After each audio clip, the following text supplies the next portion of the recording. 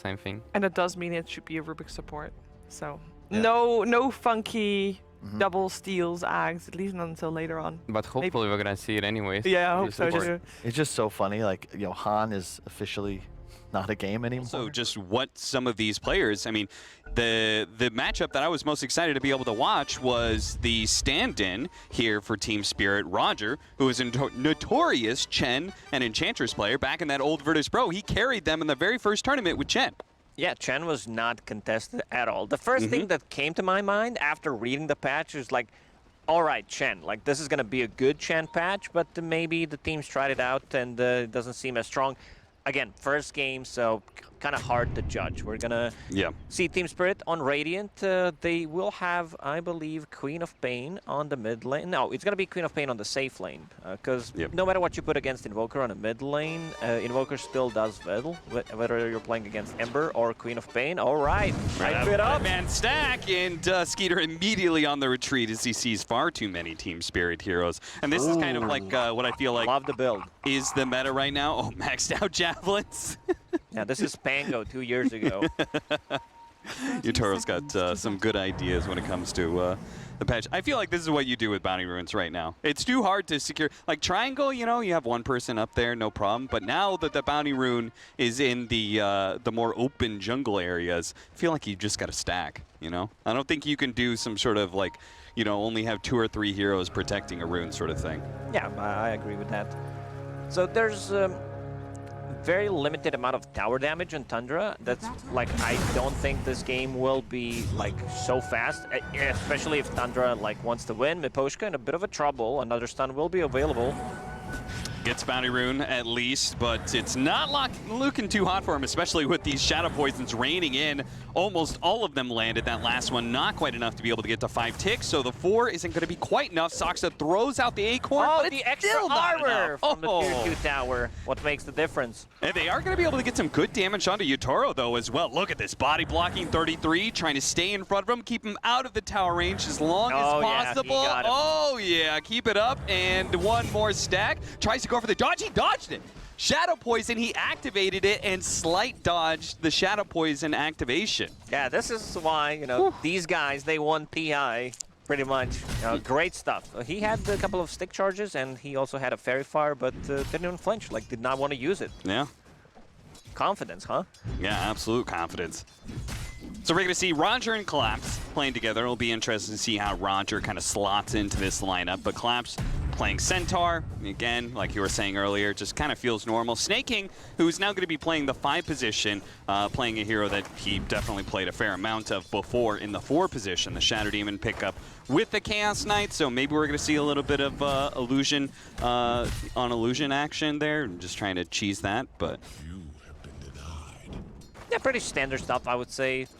Similar to previous patch. Centaur starting with 2 circlets, 2 gauntlets. Oh, Sand King. Yeah, he's dead. Yeah, 33. Just turns around, accepts his fate, does what damage he can before giving away first blood to Utoro. Now maybe Saksa potentially could die as well as he gets dangerously low. Miposhka finishes it up.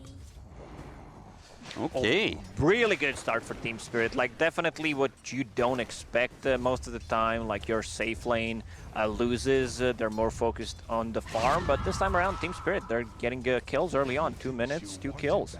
I don't know about you, but I feel like I kind of expect it nowadays in any Sand King lane. This poor hero, man. I feel like his laning phase is always terrible. It's a bait. Whenever you, like, oh, we need a lockdown. We want, you know, I mean, he got some buffs. He got some buffs, but it's nothing, like, huge. So I'd say it's okay, but a lot of the time, Sand King just feels underwhelming. Yeah. Especially if he's pushed out of the lane and the enemy gets level 2 faster than him, if they're denying and not letting him get the caustic. Base armor increased by 1. That was the big one. It's one of my. It's definitely my favorite change. It's what has been happening in the past, 15 years. You don't know what to do. Give him 1 extra armor if the rate is not high enough. Then we've got our mid lane matchup, which for our Invoker versus the Queen of Pain, so they want to make sure that they don't have that Ember Spirit in that matchup. Yeah, we need to see the CS to see how they're doing. Real quick, very nice. Roger has a stick, and what a two-man stomp. Collapse, tries to focus down Skeeter, but he does get away into the trees. They're going to try and get Snaking first. The Fairy Fire almost gets the kill on Roger, but he dies, and that last shot of Poison Take is not going to be enough. The region will kick in. He's going to be fine. So right now, bottom lane, even more aggression, but they should be careful. Like, Toro deals a ton of damage, even forcing the Sandstorm, which is pretty big, but Collapse. Yeah, they kill on Skeeter. He still managed to get that kill, even though he got away earlier. I mean, these two side lanes are not going very well for Team Tundra. 4-0 already, 1,000 net worth lead plus for Team Spirit.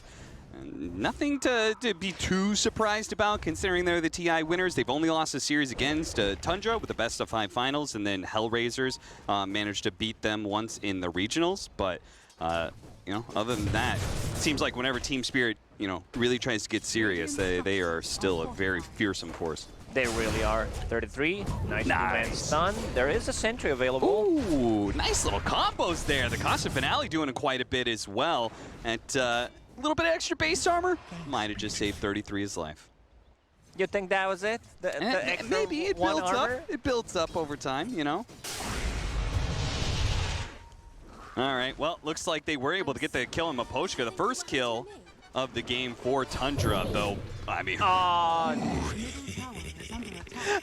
two melee creeps following him around, and they soak up the chains. That is just sad. It is sad. I mean, it's 33% chance he's playing the lane with 33, so... That's true. That's a good point. He should have been thinking about the memes. That's actually so unlucky. But, you know, you gotta say whatever and keep playing. It happens to everyone. Top lane, Collapse, pretty much free farming. Once he gets that Vanguard, he's gonna be pretty unkillable, I would say. Like, they will need to rotate multiple heroes. Invoker with the Spirit Vessel will do the trick, or they're gonna need to use the Epicenter because he is just a monster right now. 1500 HP, 5 minutes in. Pretty hard to take down. Yeah. Oh, look at Ember's build. Look what he has in Quick Buy. Battle Fury. I guess they just wanted to have some extra AoE against CK illusions. Yeah. Because this is their win condition. Like Invoker, yeah, he can pop off, but if you shut down CK in a lineup like this, the enemy is going to suffer. Yeah, and ultimately Ember Spirit is he's still one of those just like bonkers heroes. If you get him at just enough farm and you go late enough, that hero is just so insane when it comes to late game presence. Roger just kind of keeping Snaking at bay here while the Centaur goes for the extra efficiency of farming, pulling the creep wave into the neutral camp. Tornado goes out, Toronto Tokyo dodges it, but might be able to re-engage here. They might be able to catch 9. He goes for the Ghost Walk real quickly, now turns around with the help of Saksa. They'd love to be able to get the kill on Toronto Tokyo, but it looks like Snaking is going to be able to get the kill on Roger before he eventually falls. They do hit the Bushwhack. Do they have enough stuns, though? The Cold Snap, and it's just enough to bring Toronto Tokyo down as well. The rotations now favoring Tundra outside of that awkward laning phase. Really good rotation there from Hoodwink, Saksa on point, and Queen of Pain was hesitating whether she wants to go for Invoker or they need to get the kill on Shadow Demon. Didn't use the ulti immediately, then after that did not have enough mana to burst him, so really good their trade for Tundra. Ephey commits it, 33.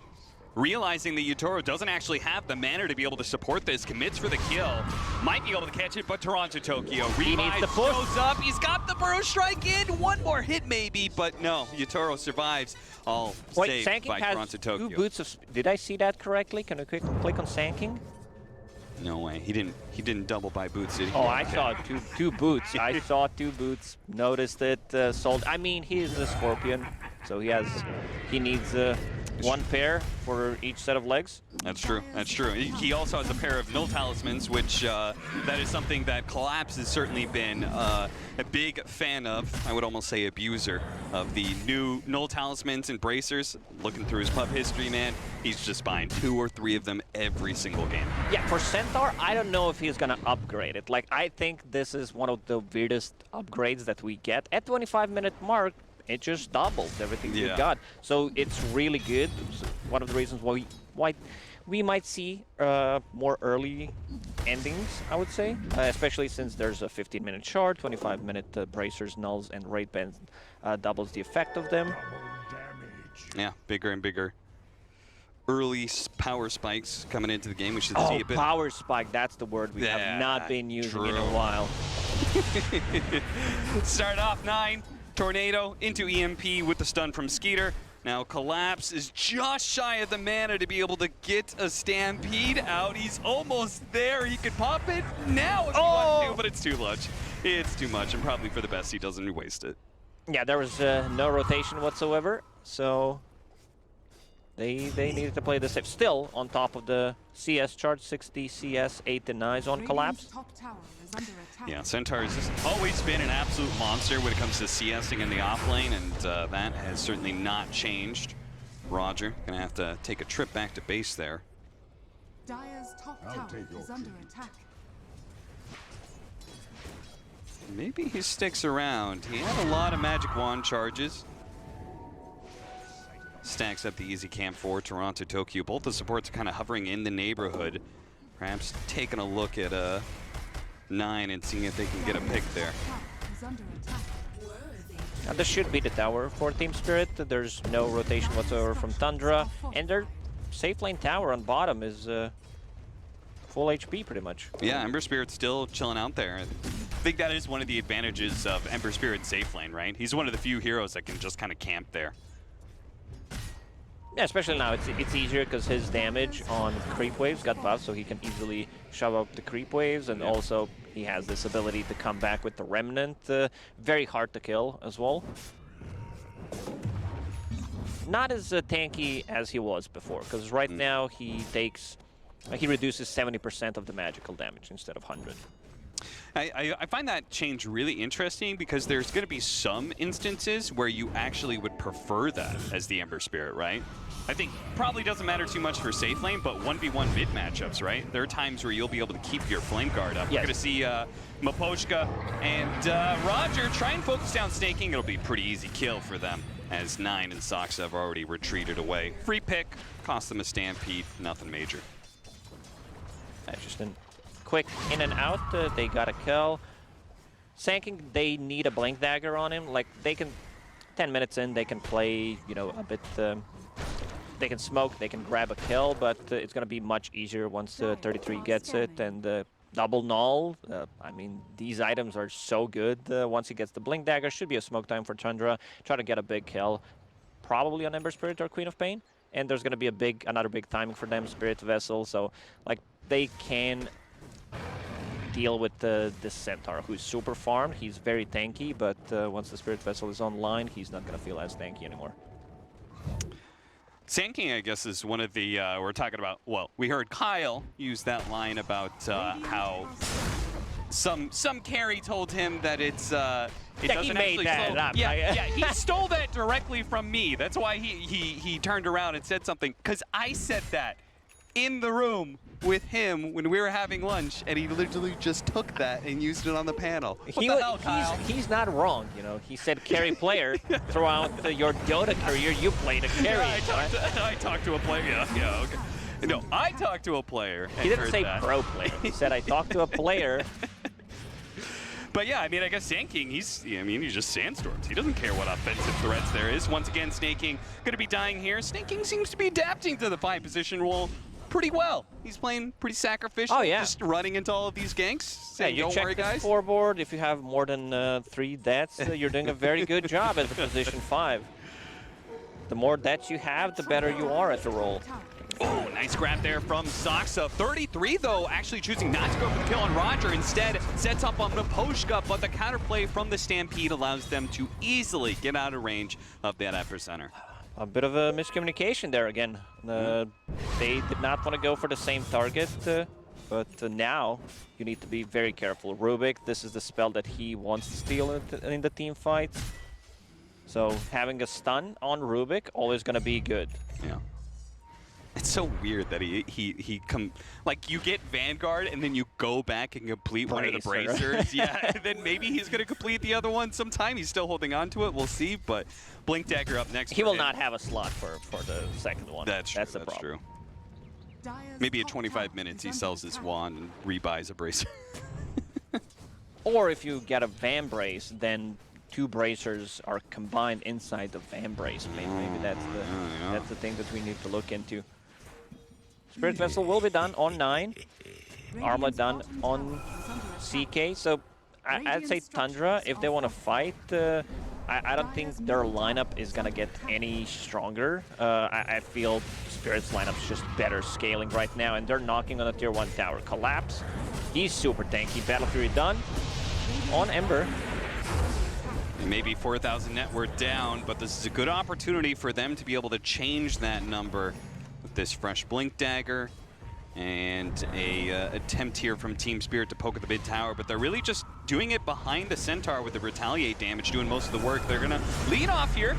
Tornado, he gets the Hood of Defiance off afterwards, immediately gets perched out. Nice Sonic Wave, though, coming in. Toronto, Tokyo cleans up one. Roger from the back, Burrow strikes through, catches 33 as well. That's going to be a second kill going their way. It costs him a Centaur, a full-out Fiend's Grip onto 9. A third kill maybe, but 9 slips into the night. Still has the poison, but the regen should be good enough. Roger, a second Burrow strike, slowing down this Chaos Knight. Skeeter is dangerously low, and Toronto, Tokyo, you know he wants to be able to clean up these kills. All of them are so low. Here comes the Ember Spirit. Slide on through. Couldn't quite get any of those kills, but jumps onto the Invoker, and that burnout will do the trick. Skeeter, constantly armlet toggling, does manage to keep himself alive for now.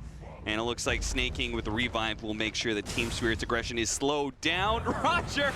Oh, Roger. He's trying to show off, you know, CIS rejects. They just got promoted to upper division. He's like, I'll see you there, Team Spirit.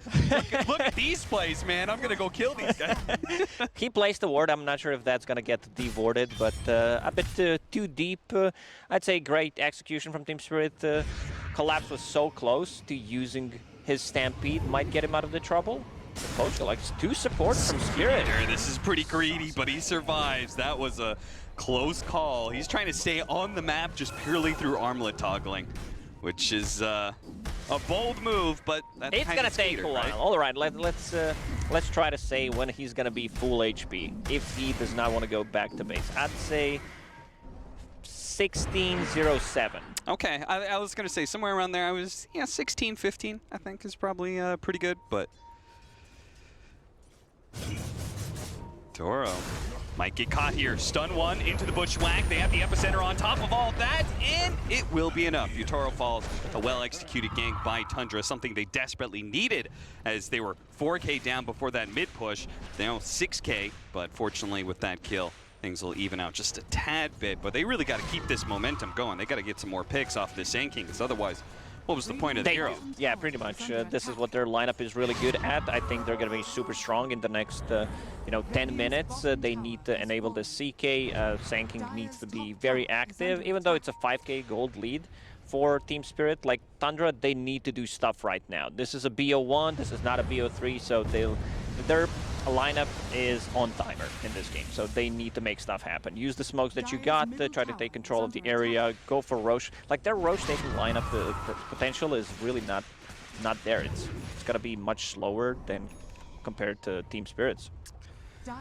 Oh look, there's a Queen of Pain. Oh look, there's a Kaya Sanj. Oh look, there's Arcane Rune as well on top of that. What a different patch we're watching right now, Lacoste. Feels good to watch a different kind of It really does. Oh, she's also going for a shard, huh?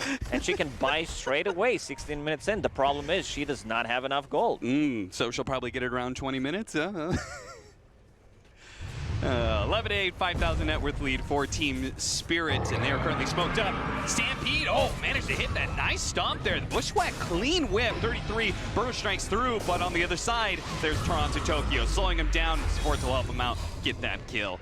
And a small little engagement there for Team Spirits as they continue to keep Tundra on the back foot. Yeah, another good initiation from Collapse. A couple of times he paid with his life. He is tanky, but they can still bring him down. They need to use quite a lot of abilities, and then the rest of the Team Spirit can clean up. But nicely set up gank from Team Spirit. Good usage of the smoke. I see Collapse is going to go the Centaur Shard, which we occasionally would see a bit of before, but now got a slight buff this patch where now I think you get the strength before the damage now? Yes, that is correct. It feels weird to get a shard on 15. The first thing that came to my mind when I was reading that it is available on 15, I'm like, man, Windranger, she's gonna be great. Then I scroll down 30 minutes after because it's a huge patch, and I'm like, well, it's not global anymore. See, the first thing I thought of was Chen, you know? Being able to grab Ancient Creeps 5 minutes sooner, that sounds deadly, but fortunately not seeing him just yet. So Shard into a full-out Heart is Collapse's plan here. He's just going to keep on scaling as a Centaur. Meanwhile, the other side of the table, 33, Blink Dagger and some Null Talismans and nothing in the quick buy. He's not even thinking about his next item yet. I think Lotus Orb might be a good choice here. You're playing against Bane, Rubik, getting rid of the chains, Shadow Strike from Queen of Bane. Like, they need something. Oh, Ephey. This could be a big one. Jumps forward, grabs the Rubik. It'll be an instant kill onto Roger, but everybody else able to get out. Tundra chasing, really wanting to grab Maposhka here, and they're going to be able to get the vision. They close the distance. Collapse comes back in, though. Nice two-man stun. Maposhka's still alive, and 33 misses the Burrow Strike. They're going to turn back in. Collapse committing for the kill is going to get taken out by the Chaos Knight with that fresh BKB. Is not too scared of this Ember Spirit. He's going to go in with this two-man stun. 9 shows up, throws out a tornado. Not time to be able to save 33 as he gets wiped out by the Sonic Wave, and Tundra retreats as a result. Yeah, good Sunstrike to provide vision, so CK can use Reality Rift on Bane, but overall still a W for Team Spirit. How many times in the past, like 6 months, have we seen Queen of Pain using ulti, and it always feels good? Like, pro players, they just got so better at it, whether it's like connecting on multiple heroes, finding the right angle, or just the pushback to be able to save one of your teammates. I love this quick reaction from Collapse, being able to blink back in and hit that stun, saving Maposhka life, and you could see cause problems for 33 later on. Maposhka, speaking of him, now he's dead as Tundra managed to chase Team Spirit out of their own jungle. Chasing for more, Roger, the Sunstrike on top, and a Bushwhack coming through. As long as Roshan doesn't take the kill, Tundra will net another one. Yeah, Saxa has been really on point with the Bushwhacks, connecting on multiple people. And, you know, Battle Fury, it cuts down the tree. These players, they are preparing, you know. It's good. AoE, you know, its cleave is good against the CK and the Illusions, but also you always have something to cut down the tree with. I'll be honest, I mean, he didn't spend gold just to cut down that tree, but it's a, it's a little bit of an extra. Oh, absolutely. I play a lot of Hoodwink, and I am incredibly frustrated that 2 of my abilities are completely countered by Quelling Blade. Or in this case, it's even cheaper now. Oh, I hate Why does that keep happening? I don't think Hoodwink would be OP if, like, you don't lose damage once the tree is cut down. And it's even worse now because they used to do the damage instantly. Now it's over time, which if you get caught by it and then somebody cuts down the tree, well, there goes most of your damage.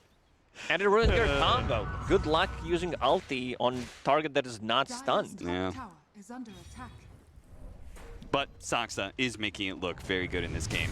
Really, I've only seen 1 miss out of him, which I feel like that's just one of those heroes you got to accept the fact. It's like playing Nyx Assassin, you know? You're going to miss a fair number of them. Yeah, to be honest, I don't know why Nyx got a treatment. I don't think the hero was OP. I think the hero was completely fine, but feels like we needed to tweak numbers a little bit for some reason. And now Ember Spirit, he has the Lincoln Sphere, so the instant initiation coming out from Sanking. He's going to feel a bit more safe in the team fights. Yeah, and he's actually going to go Desolator, which is a hero that... big one. Yeah, that definitely takes advantage of the change to Desolator, which now has this scaling damage where if you get the buff on heroes and they die, you get +2 damage. I mean, Ember Spirit with Sleight of Fist gets it on everybody. Damage got reduced on Desolator. It was 55, now it's 50, but still it can go up to 20 charges. So for the same cost, you just need to like get it earlier. And eventually, as a hero like Ember Spirit, you're gonna get the charges very easy. Yeah, yeah.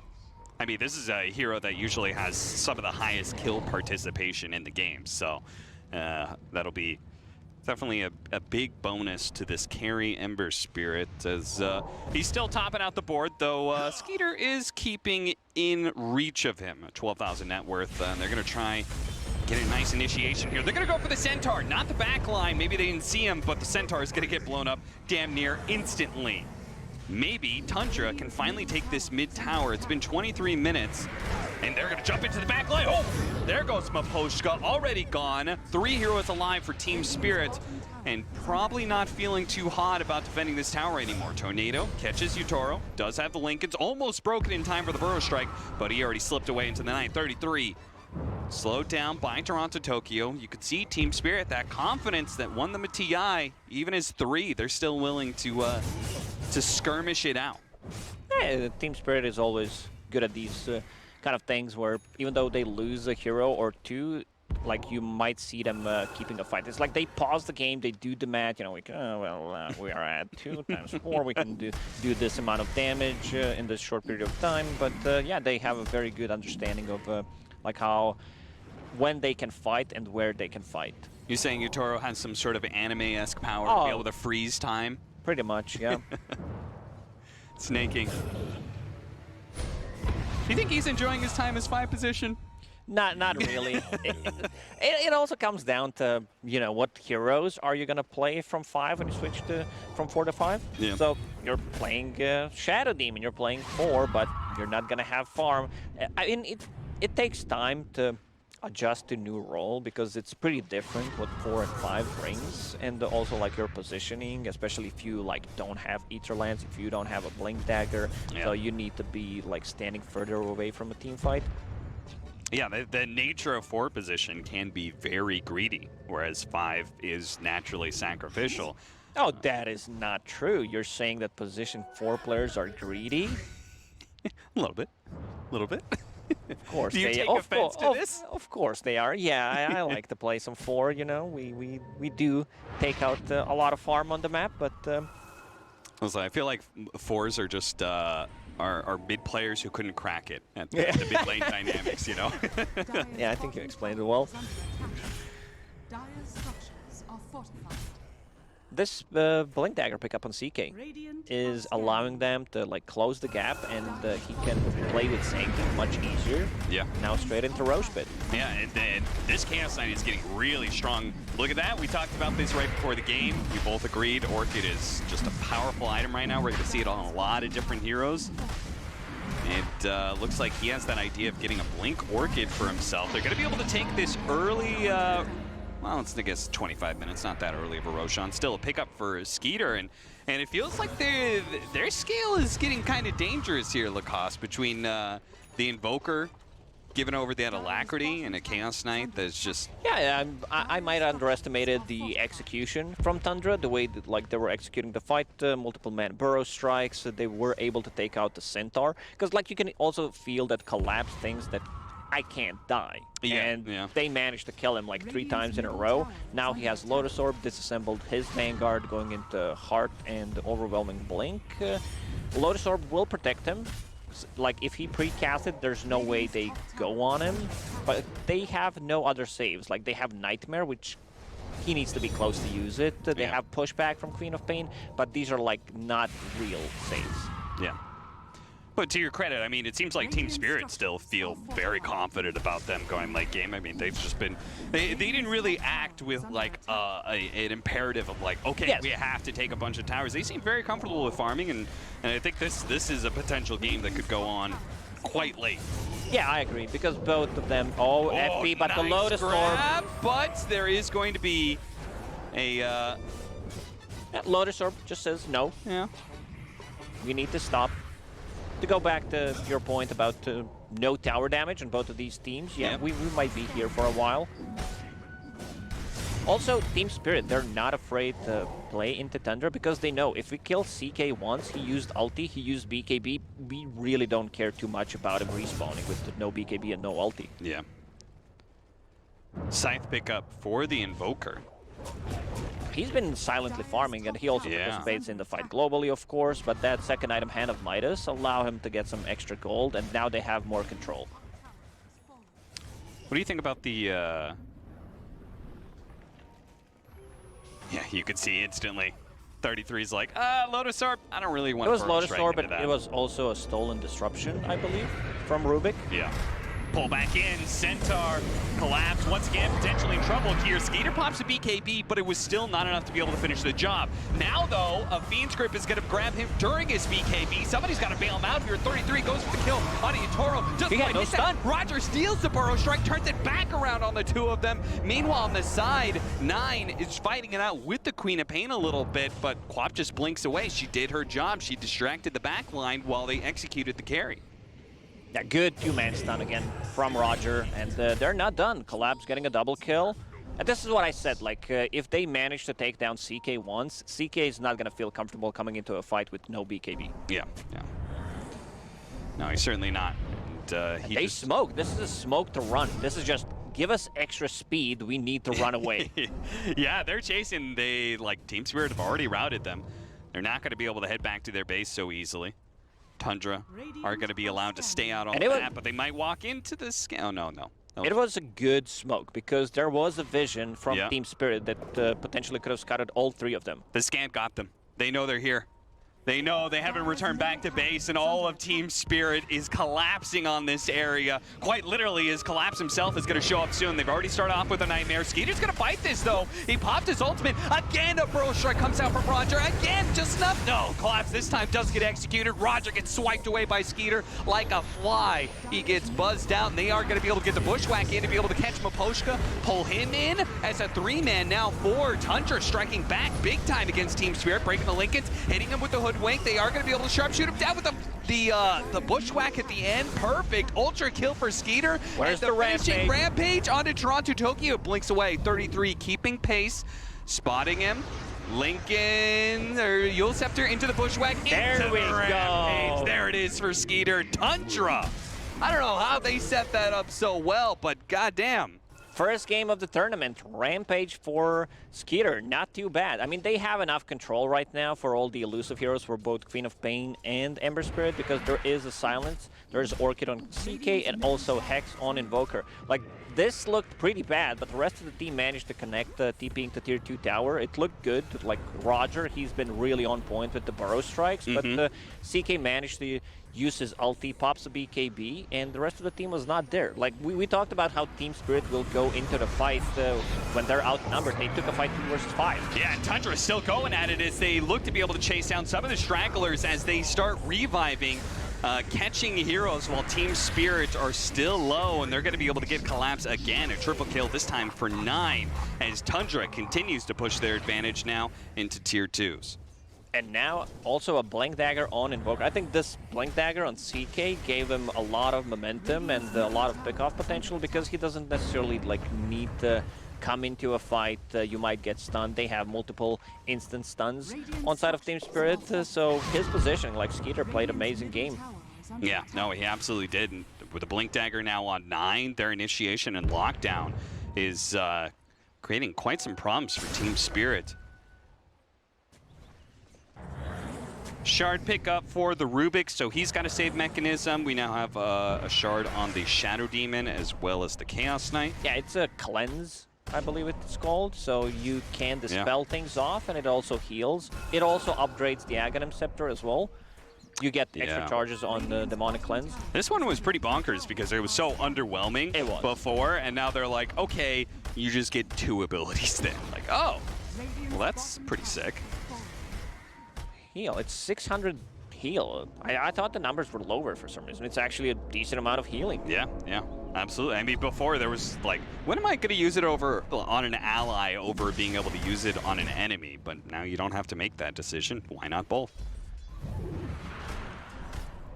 BKB 433, his Boots of Travel option, I'm going to shout that out because that was part of the reason they were able to get into that bottom lane fight in the first place. 33 TP'd onto the creep wave. Was able to join in on that massacre that Skeeter led.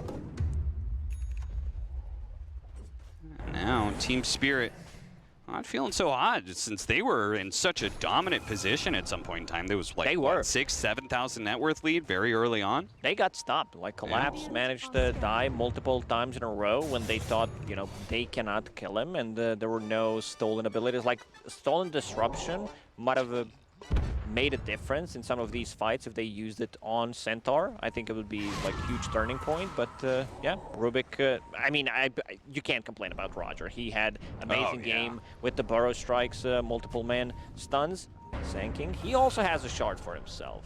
That shard was so overwhelming until it got buffed. It was like, meh. Yeah. Telekinesis first, a Force Staff gets him down real quickly. Disruption, but they immediately layer down some stuns. He does have the Ult Scepter surviving for a bit, but Toronto Tokyo would manage to get it though. Skeeter, he is tearing Collapse apart lately.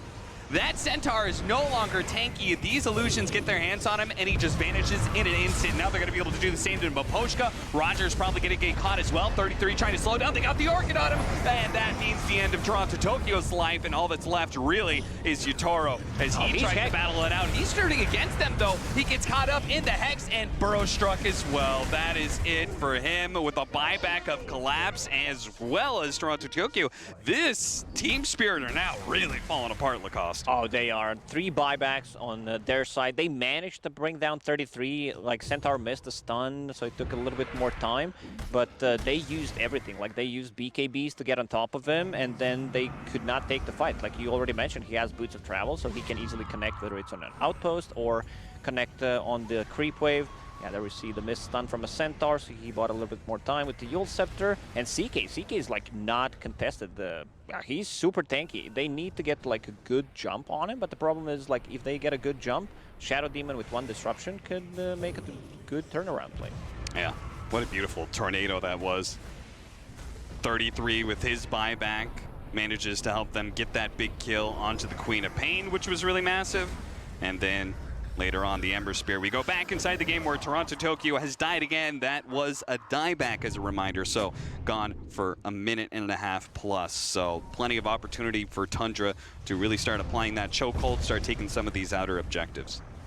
Yeah, for a second I thought there was an old school Necro in the game, considering how long Queen of Pain that is. Yeah. Minute and 40 seconds, and they have Rubik. You mentioned this shard that he picked up. It could be a good saving tool, but maybe they just can't react in time, because there is a decent amount of blocks on side of Tundra, and CK, he deals a ton of damage quickly, especially whenever ulti is up. And that's a full Bloodthorn on top of that. Like you said it, like we discussed the item, we're gonna see this item picked up more because it's not like intelligence item anymore. Now you can pick it up on carries. It's so good. Like I think we're gonna, not necessarily as a first or second item, but maybe as a third option, as we've seen in this game. And I think an underrated part of it is that it builds from Mage Slayer, which in this instance, Mage Slayer was something that was like one of the only times you would ever see Mage Slayer is when like Phantom Lancer would maybe get it against a Leshrac or something like that, right? It's basically illusion heroes are going to be able to take better advantage of Mage Slayer. You could see that item in like Archon games, and that was pretty much it. Or when someone misclicked. Other than that, the item was non-existent. Yeah. But now builds into a Bloodthorn, so people maybe have some reason to be able to build it. You have to buy it. Bloodthorn is good. You probably don't want to buy a Mage Slayer, even though the item is receiving buffs slowly. And this is going to be a second Roche. Yeah, and a shard pickup for 9. That's still the triple meteor, right? It is. Okay. There we go. Picked it up. Full Shiva's Guard on top of that. So extra armor, providing vision for both like Sanking and also CK to be able to jump and lock on the target. Deso 8. Dire's top tower is under attack. Is that 8 damage or 8 charges? Good question. I think it's the damage. Well, we hypothesized that he was going to be able to be a part of a lot of kills, but I guess by the time he got it, Team Spirit's reign of terror was kind of already over, and Tundra are now the ones in the driver's seat of this game. 28-21 to Tundra's favor, and at this point in time, Team Spirit just got to play for a high ground hold. Let's see how comfortable Tundra are to go and knock on the high ground. It always is, probably will always be, hardest thing in Dota is siege the tier 3 towers. Yeah. New boots of bearing. Yeah. Very nice. Like you get charges passively every 3 minutes, and You cannot be slowed. It got reduced in B patch. It was 2 seconds, but now it is 1.5. And it also gives passively attack speed and also actively. Plus some movement speed on top of that. And drums is always good with like illusion heroes again, so that has nice synergy for our Chaos Knight. So we're just gonna see them. Seems like Tundra is content just to keep farming, maybe until they have that heart complete on the Chaos Knight. It's kind of like your sieging tool, I feel like, in many ways. It is, it definitely is. Just be able to reset, you don't need to go to the creep wave. But this Ember Spirit, he's huge. 2 Sleight of Fist charges on top of the Deso and Daedalus. Yeah. So this is gonna hurt. And one of those heroes that's notoriously dangerous when it comes to high ground holds, right? So Tundra really got to think hard about when they want to be able to go for that. You overextend a little bit, and there might be like a pushback. Rubik throws you into Fiend's Grip if Shadow Demon is not in vicinity to be able to use the disruption. As a defense, they have the tools. Like they have enough burst damage on Team Spirit to defend the high ground, and we can see Tundra respecting it.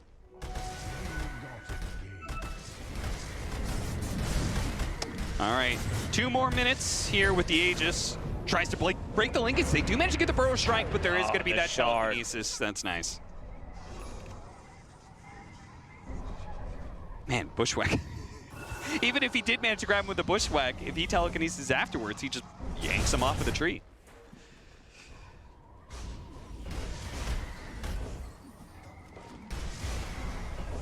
Faking the epicenter. One of the best sounds in the game. Yeah. Glad we added that. I can't believe, like, for 15, 16 years, Sanking was unable to cancel his... Oh, sorry, too OP. Like, this hero's too strong. Tornado. Start things off here with a Bushwhack Meteor. That's going to be a lot of damage. We'll look at Skeeter with 33. They immediately decimate the backline. 2 supports are gone, and only Roger has the buyback as they try and get back into this fight. Oh no, the Sunstrike finished up Collapse as well, and he doesn't have buyback either. Roger's going to die back on top of all of that. Yutaro and Toronto Tokyo now have to hold this by themselves. Skeeter's getting a little bit low here, but he does have that Aegis. They caught the Queen of Pain though. And that is now Yutaro. 1 versus 5, really 6 with the Aegis still up for Skeeter. It's looking like the end of this game, Lacoste. Well, Team Spirit took a fight 2 versus 5, so I expect Yutaro to go in and take this one as well. Yeah, show us what you got here, Yutaro. Because you still have another 30 seconds till anybody else is going to be coming back up. And Tundra, they're going straight for the throat. They're going to be able to catch up right outside the fountain. Got him through the Lincolns, and GG is immediately called by Team Spirit. Tundra, they do it again.